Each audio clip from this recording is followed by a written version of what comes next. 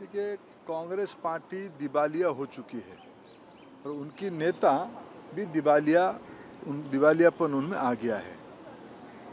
आज हमने सुना कांग्रेस पार्टी फिर एक बार झूठ की सहारा लिया है।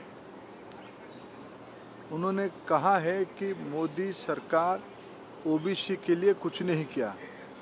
आज़ादी के उपरांत पहली बार एक ओबीसी के नेतृत्व में पिछले 11 साल से भारत की सेवा की जा रही है। उस पर कांग्रेस पार्टी की बहुत बड़ी दिक्कत उनको हो रही है। उन्होंने एक एक विषय को लेके मंडल कमीशन को विरोध सबसे ज़्यादा किसी ने किया तो राहुल गांधी जी की स्वर्गीय पिता श्री राजीव गांधी जी ने किया। पंडित जवाहरलाल नेहरू जी कांग्रेस की सर्वोच्च नेता थे, प्रधानमंत्री थे। राज्यों की मुख्यमंत्री को उन्होंने पत्र लिख के ये कहा था, रिजर्वेशन देश की विकास के लिए घातक होगा। जब पूज्य बाबा साहेब आम्बेडकर जी आरक्षण दिए थे, उसकी पुरजोर विरोध नेहरू जी ने किया था। उनकी सुपुत्री देश की पूर्व प्रधानमंत्री इंदिरा गांधी जी ने भी उसका विरोध किया था। कांग्रेस पार्टी पीढ़ी दर पीढ़ी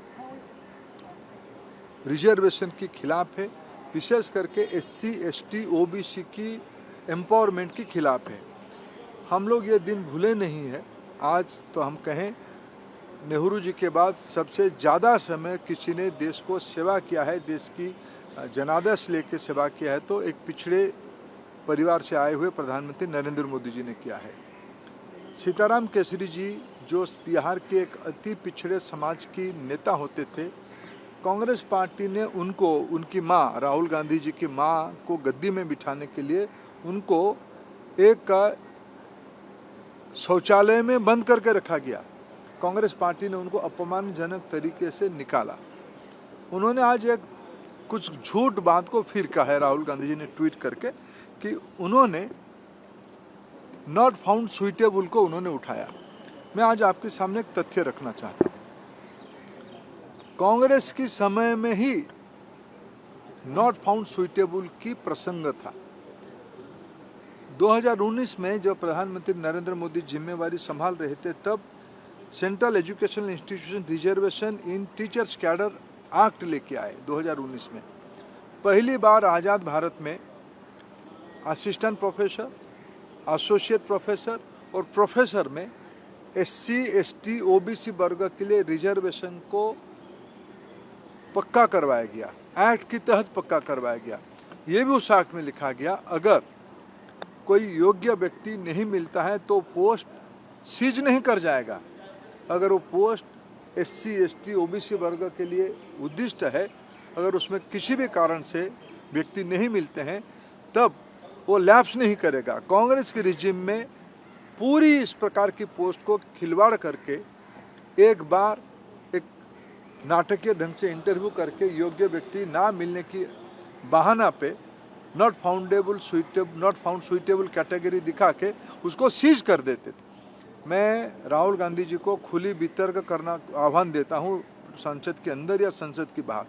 वो बताए उनकी कार्यकाल में कितने नॉट फाउंड सुइटेबल कैटेगरी करके उसको जनरल में परिवर्तित किया गया, और मोदी जी के कार्यकाल में 2019 के बाद कितने नॉट फाउंड सुइटेबल करके उसको जनरल में परिवर्तित किया गया। एक भी परिवर्तित नहीं हुई है। मैं और एक तथ्य आपके सामने रखूं। उन्होंने कहा कि सेंट्रल इंस्टीट्यूशंस में पद रिक्त है। मैं एक तथ्य जिम्मेवारी के साथ आपके माध्यम से देश के सामने रखना चाहता हूं। 2014 में कुल मिला के उच्च शिक्षण संस्थान में 16,217 टीचिंग पोस्ट होते थे, जो अभी बढ़ के 2025 में वो बढ़ के 18,951 हो गया। पिछले 10 साल के अंदर हम लोगों ने 2,000 पोस्ट और नया बनाए। उस 16,000 पोस्ट 2014 की 16,217 पोस्ट में से लगभग 37% पोस्ट वैकेंट था। आज पोस्ट बढ़ी है, 2025 में 18,951, लगभग 19,000 पोस्ट हुई है। उस 19,000 पोस्ट में से वैकेंसी 37% से घट के 25% हो गई है। यानी हम पोस्ट ज़्यादा बढ़ाएं और वैकेंसी भी घटाए, ज़्यादा लोगों को नियुक्ति किए। SC ST रिजर्वेशन में आज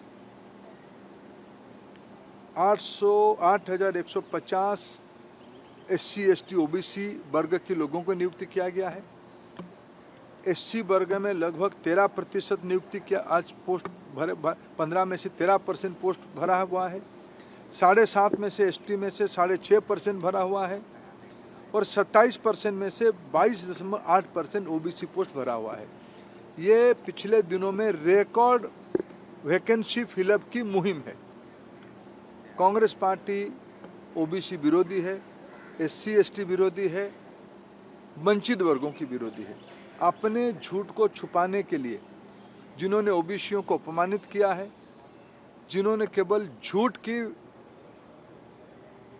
राजनीति किए हैं, उनको ये सत्य को सामना करना मुश्किल हो रहा है। देखो, जिन्होंने देश में सामान्य लोगों की विरोधी राजनीति किया है, गरीब विरोधी राजनीति किया है, उनकी मन ही विष से भरा हुआ है। जिनकी मन में विष है वो समाज में सारे चीज़ों में विष ही दिखेंगे। कांग्रेस पार्टी को भगवान सद्बुद्धि दे। जदि आपंक आम भिडी भल लगा तेब आम चैनल को लाइक, शेयर और सब्सक्राइब करने को जमा भी भूलु नहीं।